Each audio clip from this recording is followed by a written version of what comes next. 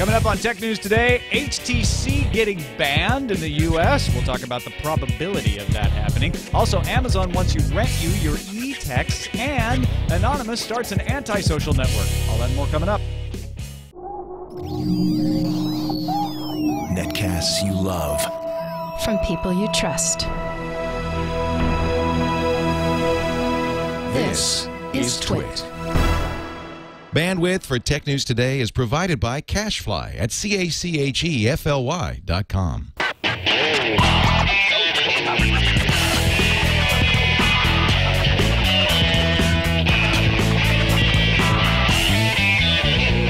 This is Tech News Today for Monday, July 18th, 2011. Tech News Today is brought to you by New Tech, makers of the TriCaster, which lets us broadcast, live stream, project, and record HD videos all at the same time. To find out more, visit newtek, NEWTEK.com. Welcome into our news home.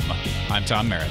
I am Sarah Lane. I'm Iyaz Akhtar. I'm Jason Howell. You just totally screwed our rhythm up. It was so weird. I was like, we're in Tai Chi land. Please, the have a seat. slow-mo show. Let me share some of our news with you. Would you like a cup of Don't news? share too much. Okay, I was very excited for next Monday because it's our new studio, our first time on the new Tech News Today set, but it was also going to be the first Monday that we get Darren, Kitchen, and Iyaz on Monday at the same time, but then Darren didn't even come in this week.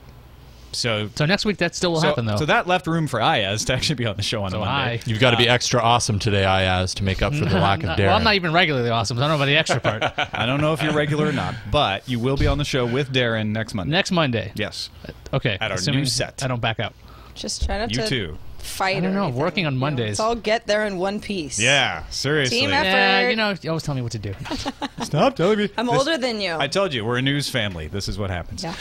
HTC, as we mentioned at the end of Friday's show, thanks to Ina Fried tipping us off, lost their ruling at the International Trade Commission. And HTC Chief Financial Officer Winston Young told Dow Jones that it plans to appeal the preliminary ruling, it being HTC, not it being Mr. Young.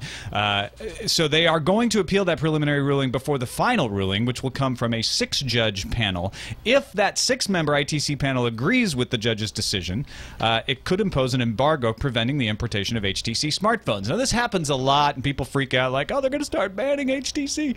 Usually, it doesn't come to that. Usually, what happens is they are confident enough in their case that they win on appeal, or they do some sort of licensing term. And that's essentially what everybody's saying right now. However, Bloomberg reports a little stock hit. Yeah, the HTC stock was down nearly 4% when it closed today. But back to the whole patent situation, if you take a look at PC World, I just put a link in the chat room, they explained how this will pan out, and a lot of this always ends up in that whole licensing thing. So if you're afraid that HTC will not be able to sell Android phones, that's probably not going to happen. Yeah, likeliest outcome is that Apple would agree to license the patents to HTC for an amount of money to be determined. The rumor is they're paying $5 a phone to Microsoft right now. Yeah, I mean, the Microsoft model is working out really well for Microsoft, but also for HTC. I mean, their earnings are on the up and up, so it's like it doesn't really. I mean, I guess Apple could say no, we refuse to license anything to you, HTC, because we want you ruined. But Apple could make a lot of money off of this. Also, I wonder, can the ITC panel impose an embargo while HTC is still appealing, which they've said they will? I mean, doesn't the appeals process, I mean, that could be another year and some change, right? I say no very slowly because I don't actually know. But I have never seen an embargo come into place. Because they have to be allowed to. And there have been plenty of appeals. I think Tom's right. I think it's you have to wait for the whole system to be finished before you can just start enforcing anything. So even if people were going to play dirty, we'd still see this dragged out. Dragged out? Dragged out. It could be drugged out. It could be drugged out. Possibly. I imagine a lot of people at HTC may be drug out right now over this. Valium. But that's not the answer, HTC.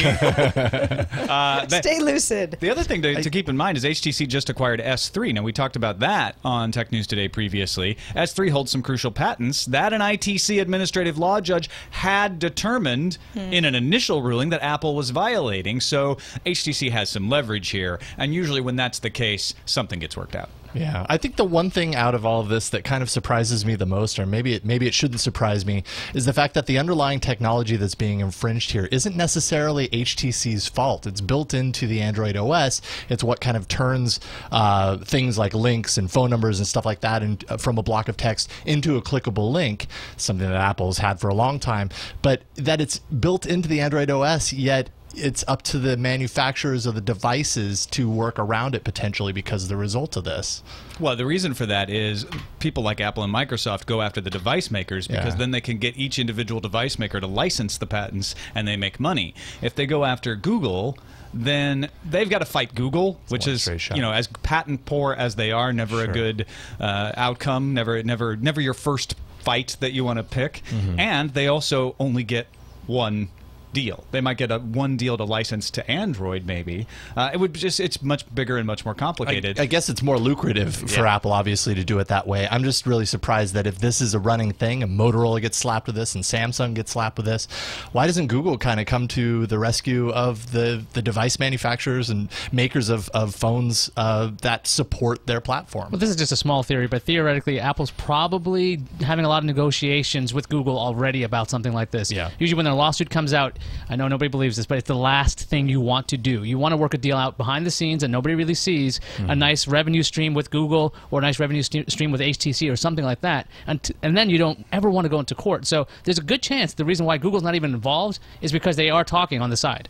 Yeah, and that's quite possible, and also because they're so patent poor, they don't want to get into this fight either. Sure. There's probably a better chance of HTC winning than there is of Google winning, even though they could drag it out and make it more complicated. And Paul D in the chat room brings up a really good point. None of you think these things like this should not be patentable? That's not what we said. We've said that so many times that I think we gloss over the fact that the patent system needs serious reform. And Google, among many others, has expressed their desire to reform the patent system, so they may be working behind the scenes to push for that as well. Yeah, right now they're just playing with the rules that are there. Whether stuff needs reform is a whole other argument.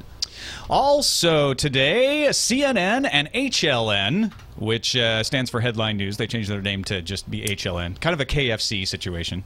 I originally was like, HLN, was that some home shopping network? Oh, Headline no, it's the old News. It's the Headline Home News. Linotype network. It's the Nancy Grace network. It is the Nancy Grace network. Among HLN other is sort things. of the more sensationalist partner to CNN. Anyway, both CNN and HLN are now streaming on the web live if you are a subscriber to a television source. So I was excited for about 10 seconds because if not you don't excited have a anymore. cable subscription like I no longer do, this doesn't really help you. It's not an alternative to cable. It's just a cable everywhere type of a model. Hey, but you know what? Even people who do pay for cable can be pained like you are. Because it's only for Comcast, Dish, AT&T Uverse, Cox, Verizon, and Suddenlink. They're a smaller cable company. Those are the folks that have a deal with Time Warner. Time Warner Cable, which is a separate company from Time Warner, doesn't have a deal with Time Warner to stream CNN and HLN. So This also doesn't apply to all the people on DirecTV. Yeah, DirecTV's out, Cablevision's Charter. out, Charter, all of those. These are simulcast, though, so if you do get them, you get everything, every show, every ad. You're able to access it on your iPad. They say other mobile platforms will be coming soon. And they threw in some extras to kind of flesh out the thing so you get more than just a live stream. You get like a nice 16:9 video. Even the stream's supposed to be quite good at 6 megabits at maximum bit rate. So that's not bad considering if you compare that to a compressed cable signal. But I mean, the very limited ability to access this seems like a problem to me. I mean, if you already have TV service, wouldn't you just go with the Sling box and hook this up yourself instead of going, well, do I have Uverse or do I have Comcast and do I have to stick with a cable plan? Most people aren't even going to put that much thought on it. They're going to click on the link, and if they have Comcast, they're going to log in, and then they're going to get it. And if they don't, they're not going to get it, and then they're going to be upset, and they're not going to watch it. But I think it pretty much ends. See, one of the weird things is I tried out the service, and I wanted to connect to this thing, and you clicked your ISP, or not ISP, your cable provider, and it's very inelegant. It either sends you to Xfinity's site or sends you to Verizon's site. There's not like this one form that you fill out. You have to go through your own cable subscription. It's using Adobe's technology to verify, which HBO does too, where it takes you to your cable provider and says log in there, and that way we'll be able to validate that you're an actual subscriber to that cable system. HBO Go works the same way. It just seemed like a very clumsy implementation of it. It could have been done a little nicer, but that's just me talking. There's also... Oh, sorry. There's also, is what I was going to say. What? Were we going to say the same thing? Jinx. I don't know. What were you going to say? I was going to say, to anyone who's like, well, wait a second, I've been able to watch video on CNN before, if it's breaking news or live coverage, that sort of thing. They're not just going to make that go away. Let's say you don't, you're a cord cutter or whatever your situation is, the live coverage of the tsunami in Japan. I mean, I was watching CNN.com for hours at one point, not even watching TV at all. They're not completely going to get rid of that. No, this is an addition. That's the web. They have a web-only offering that you can still access. It's called the CNN.com live service. What you won't be able to get if you don't have the right cable subscription is the actual television broadcast over the internet. But they also give you the ability to create personal playlists, access to short-form video clips that you wouldn't otherwise be able to access, the ability to pause, scrub, rewind, DVR-type functionality, and even pause and resume on another device. So if you're watching the Anderson Cooper 360 show and you pause it on your laptop, you can pick it up on your iPad and finish watching it there. Which is really helpful. I mean, I do that with my Netflix subscription all the time, and it does come in handy. So for cable subscribers who are with the right cable subscriber, this is great. For the right cable subscriber. Yeah. It's all part of it's all part of Time Warner's TV Everywhere thing. Unless you have Time Warner. Unless you have Time Warner Cable.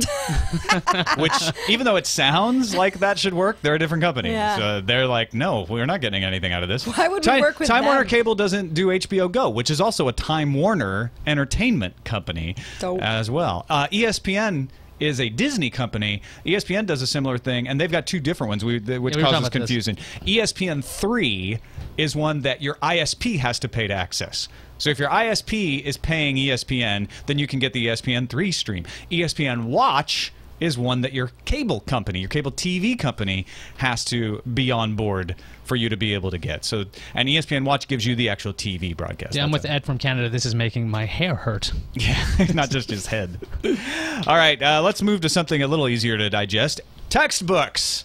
Amazon has added Kindle textbook rentals, and they promise 80% savings at least. Or up to. Kindle Textbook Rental is the name of the program. You can rent from 30 to 360 days. So after the initial 30 days, you can extend 1 day at a time or more. They use WhisperSync to keep notes and highlighted content in the cloud. So not only can you read your textbook on multiple devices, just like you can with Kindle books, but you can keep those notes and highlighted content even after your rental expires, so that if you rent it again in the future, say you just rent it for a day around your final, all your notes and your highlights will be there again. And they're pushing the fact that it costs less to rent these things than it does to pay for them, although it's not cheap. I mean, like a $110 textbook, I think, still costs $30 to rent for 30 days. Yeah, but the other thing is, don't forget the physical savings. You're not carrying these textbooks around. Your notes are synced in the cloud, which helps out a bit. If you want to access it later, you can. I mean, I kind of like that idea. When I was a college student, I mean, I remember carrying those textbooks, and that was not fun from one class to the next. I still have. They were really expensive. Shoulder. And if you're buying them brand new, they're really expensive, and you can never get what you paid when you sell them back. I mean, these are just digital files that you're renting. It makes a lot more sense, I guess. And maybe it's just because I was in college before they had things like ebooks that I could choose from.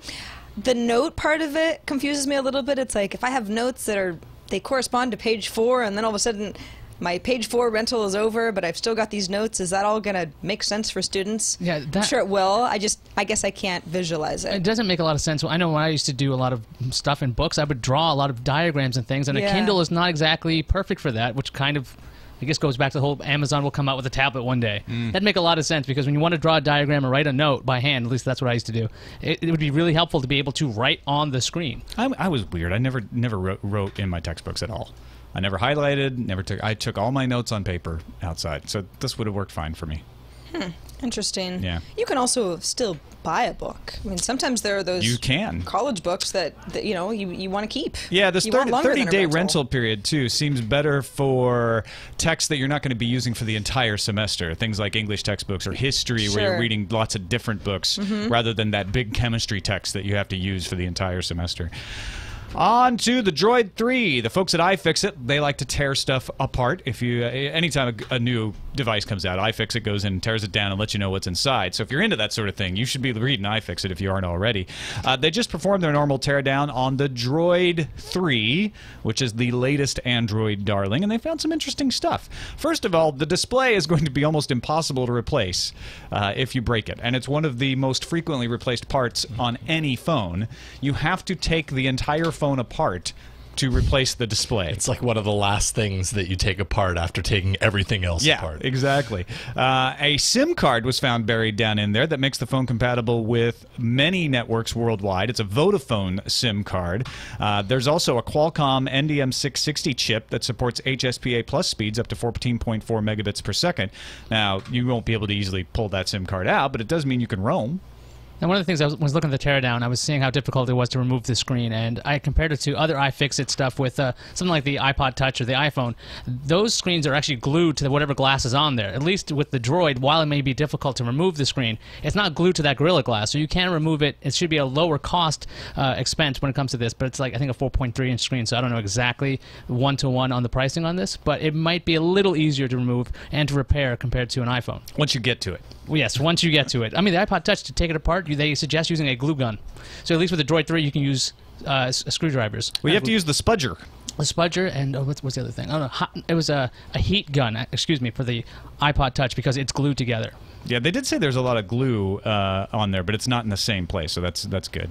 And finally, there's one ribbon cable that controls the earpiece speaker, the front-facing camera, the ambient light sensor, and the notification LED, which means if any one of those components fail, you got to replace the entire ribbon for all of those, which can be a little pricey as well. Yeah, I mean, that's probably meant for the whole efficiency of execution, but then it's going to cost you a lot of money on the back end if one of those things breaks. Yeah, but it won't break. Why would that ever happen? And you'll buy insurance anyway, right? Of course. Or just get a new phone. Everybody does that. Yeah, because it'll be a brand new phone. Nobody holds on to a Droid for like more than 6 months, right, Jason? No, because they're coming out with such great frequency that why would you? Yeah, exactly. You want a reason to get a new one in 6 months. Hey, Jason, you and Eileen and Ron will be talking about this on Android, all about Android later in depth. But Android 3.2 came out on Friday. Looks pretty sweet. Yeah, you know, for tablets. They say it's kind of an incremental upgrade, but it does a lot for smaller size. I think the ultimate goal is to improve smaller size and the varying sizes of different tablets out there, so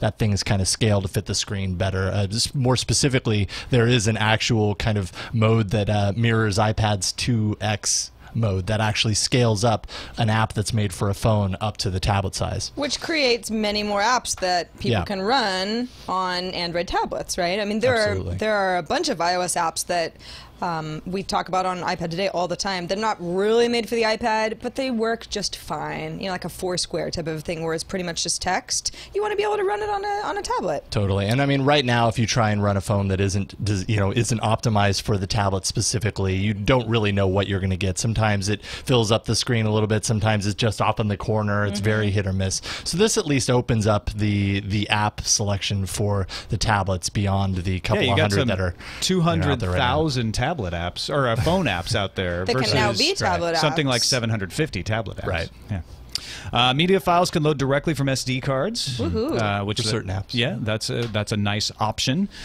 So check that out. Also, Android, it mentioned in a ChangeWave research survey. They surveyed 4,163 North American mobile phone consumers. 89% of the respondents were in the U.S., so this is mostly U.S. users. 11% were outside, probably mostly Canadian, as I'm guessing, probably maybe some Mexican users as well.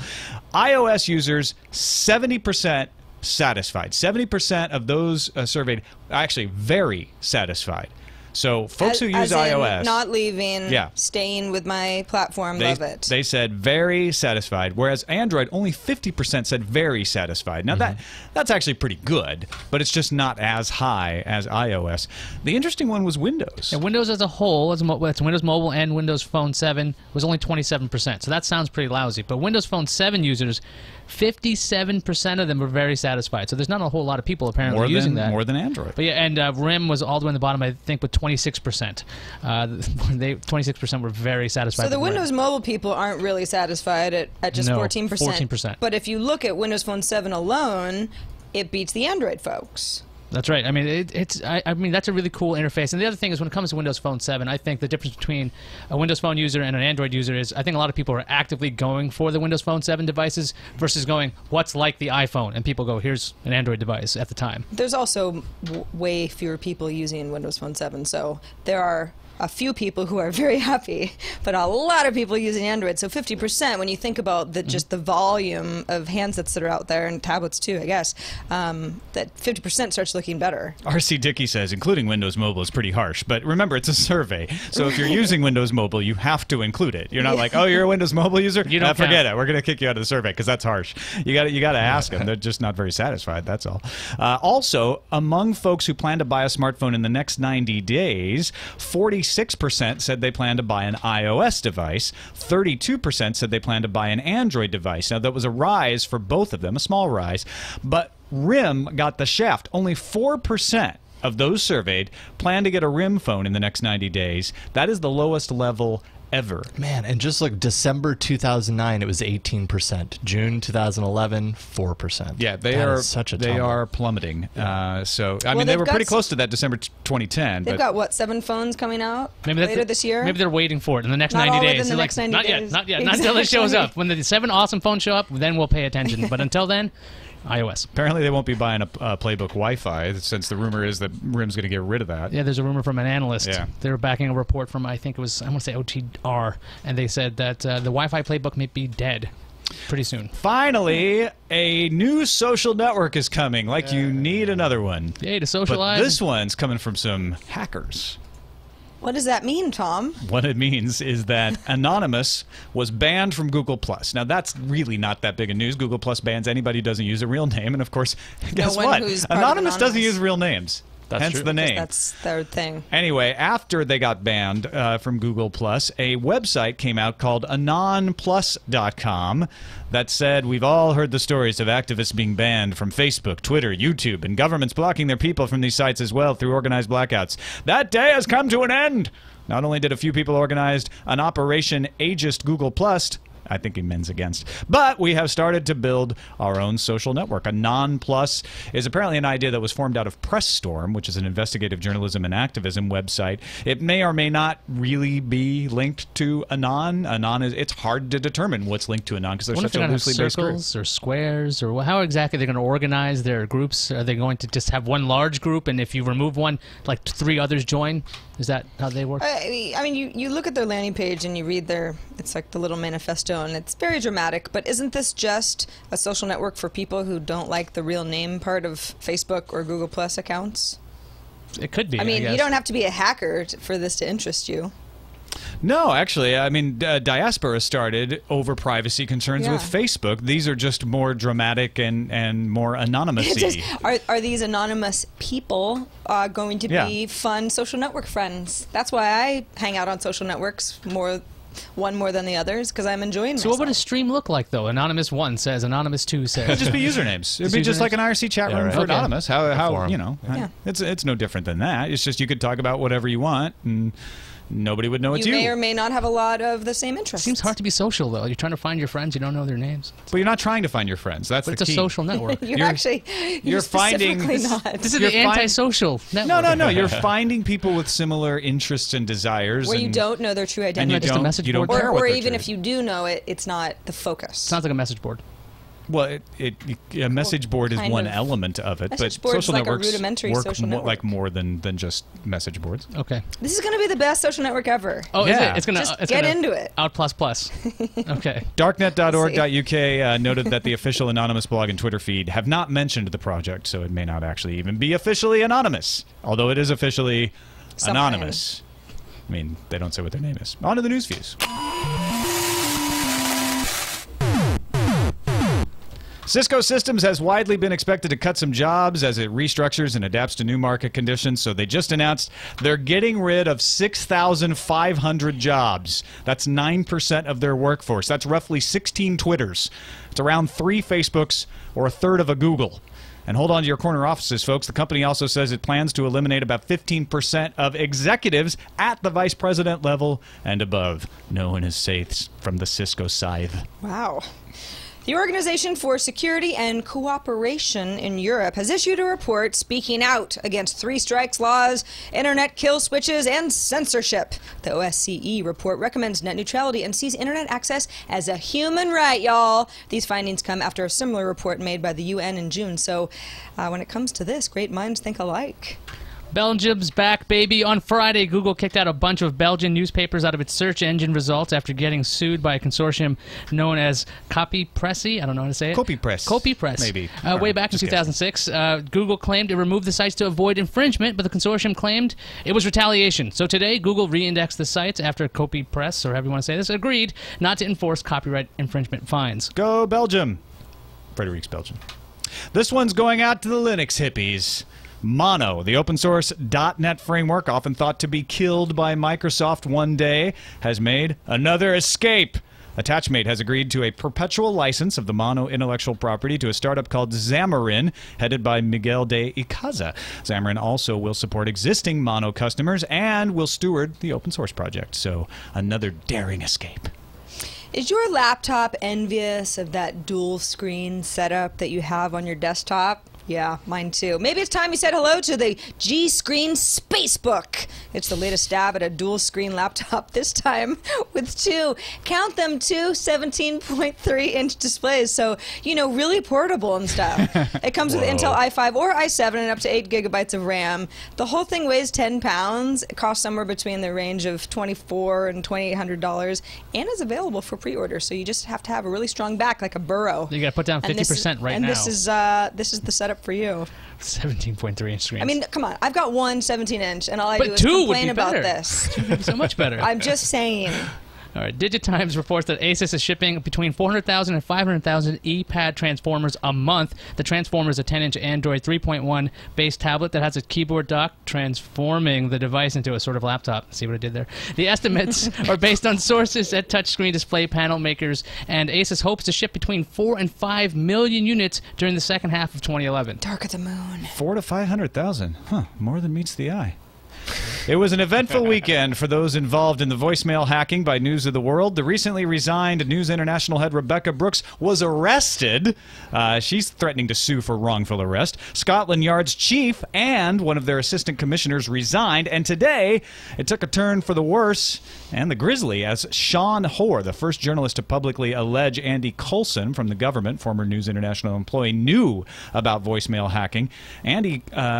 Sean Hoare was found dead today at his home. And to cap off the day, Anonymous hacked News Corp's Sun website and announced Rupert Murdoch was killed. But to clear things up, Murdoch is still alive. As alive as he has ever been. Are you into malware? Yes. Who isn't? You guys are into malware? Hell I'm yeah. so into it. Love it. I guess you shouldn't use Microsoft then. That's why I don't. Wait, what? Yeah, exactly. Listen up, Tom. Did you hear me, Microsoft haters? According to a report by NSS Labs, IE9 provided the best socially engineered malware, blocking off any stable browser version. The browser blocks bad URLs using its smart screen filter. It stops evil executables using its application reputation tool. IE9 blocked the most malware. IE8 was even second, and then there's a 3-way tie for everybody else. Safari 5, Chrome 10, and Firefox 4 rounded out the bronze. Notice that there was no mention of IE6. And Opera was last place on this one. So you guys stay away from IE6. Microsoft, you malware lovers. Yeah, if you love malware, you don't want to use... That's just... If you love malware, use Opera, according to the labs. Malware. Let's move on to Randomizer. Randomizer. The Queen, Elizabeth II, made her first ever visit to Bletchley Park, home of UK's famous World War II code-breaking efforts. It's where Alan Turing worked, where they broke the Enigma code. And to mark the occasion, the Queen has issued a code-cracking challenge of her own. We will be amused if you take the Agent X code book challenge. It's actually aimed at getting children interested in cryptography, so it's a great thing. And then you can see the Queen hacking herself using a white-gloved approach. Oh my gosh, she broke the code! She doesn't. That's a steampunk machine, by the way. This is cool. This is an official royal cryptography challenge, so who knows? Maybe they'll do a programming challenge, a little royal C++. That's possible. It's very, very proper. Cheerio and pip-pip and all that. Wee. Wait, what? Wrong country. Well, they spoke French back in the Middle Ages, but I guess well, actually, let's move to the calendar. The crew of the space shuttle Atlantis has packed up the vehicle's cargo bay and prep for the long journey home from the International Space Station. About 5,700 pounds of supplies. That includes faulty parts and even quite a bit of trash that's been accumulating up there that will return to Earth with the shuttle crew. IBM had its second quarter earnings call this afternoon today, and it's good news for Big Blue. Earnings were $3.09 per share. That's 6 cents above what expectations were, and revenue was about $26.67 billion compared to what analysts thought would be around 25 and some change. So good news for IBM.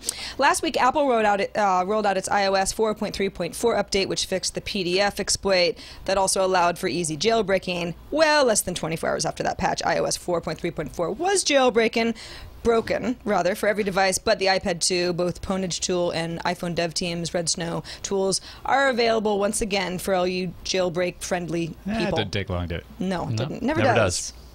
Want a refurbished iPhone 3GS for the price of, like, 3 chai lattes?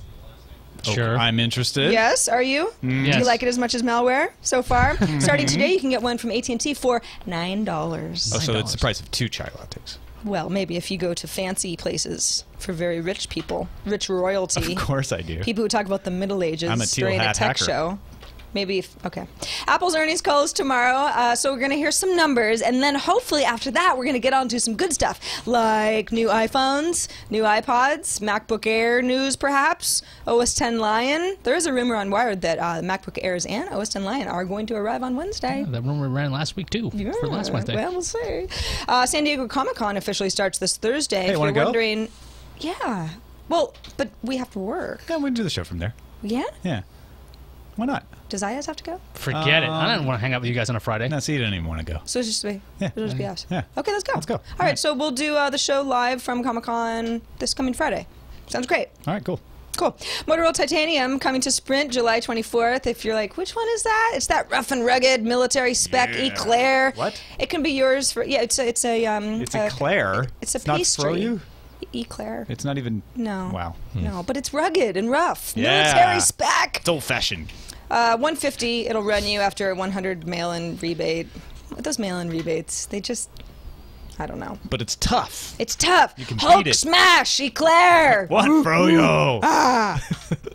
On to the voicemails. We got a voicemail here to help us with the pronunciation of the alleged social network that Microsoft seemed like maybe they were developing that we talked about on Friday. Hey, this is Ken from Seattle, and I'm sure you've gotten a bunch of phone calls about the Microsoft program that's called TWiT. It's an Indian reservation that's up northwestern corner of Washington here up by Marysville. So TWiT is the way it's pronounced. TWiT. Anyway, love the show, guys. TWiT. Thanks, Sounds Ken. like dancing. No. How did we say it? Tulip. We just went. How did I Tulip say is what we it? were It saying. starts with a T. Yeah. Tulip. So my apologies And to it's not a made-up word at all. the folks in the Seattle area. On to the emails. TNT@twit.tv. Drew in Summit, New Jersey says, I've been following all these stories about people who've been cut off by Comcast for going over their bandwidth caps. There's more than just the guy we talked about, apparently.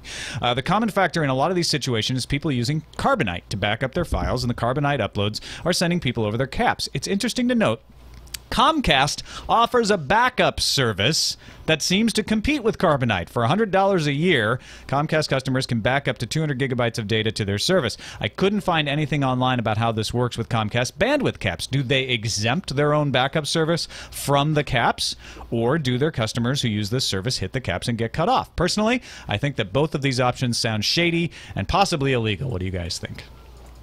I guess it really depends on how Comcast acts. I mean, if you use Comcast's Xfinity Fancast service, does it count against your cap or not? That same kind of thing. So I mean, we have to find out. If it doesn't count against your cap. I mean, if it does count against your cap, that's fair. Then they're only guilty of not warning you, right? You know, which is not illegal or even shady. It's just kind of not great. They're saying, you know, to warn you about it. If it doesn't count against your cap, though, that could be just as bad as what Shaw was thought to have been doing with their TV service. I mean, we'd have to look into it. Yeah. And we have an email from Ed the engineer. Dear TNT crew, as an engineer, this talk of bandwidth caps has always annoyed me because it makes no sense. It is as if a road has a problem with cars exceeding the speed limit. So to deal with this problem, they limited cars to driving on the road no more than 5 miles per month. Bandwidth is equivalent to miles per hour, gigabytes to miles. If bandwidth were truly the issue, they need only throttle the bandwidth based on the number of users, not the number of gigabytes per user. These caps are simply a money grab, i.e. turning the internet into a toll road. I think the road metaphor is probably one of the most workable metaphors for this type of stuff, because it does work in the gigabits per second, miles per hour sort of situation, and the fact that, yeah, we don't limit people the number of miles they can drive a month to ease congestion. We add capacity, we add more roads, or we do put in some tolls. You know, we also don't charge people to go faster on the roads. We just put in speed limits, so we kind of charge them faster. When they go over, it's sort of like a go over their cap. Yeah, they go over their speed cap. They get charged. They may get caught. But it also works the other way. I mean, it does work in the advantage of the people who are saying, hey, you know, it is right to put in these caps because they need to charge more, because it is costly to add more highways to ease congestion, the way it's costly to add more capacity. Although it's not as costly as maybe they want you to think. That's my point. And would you do the honors of reading our final email from Sabriel? Sure. Sabriel had a little issue with Friday's show. I was not here. That's so probably apparently the issue. There was a little bit of a squabble that happened. You know, sometimes when there's not a female on the show, there's, you know, just a lot of testosterone and people get weird. So sorry, guys. Sorry I wasn't on the show to keep everybody in line. Sabriel says, why I agree with both Tom and Iyaz regarding the story about the TSA. It was an important topic versus validity on a tech show. The exchange was very uncomfortable to watch. I request trying to discuss that among yourselves off the air when possible. Well, now what happened? Here's what happened.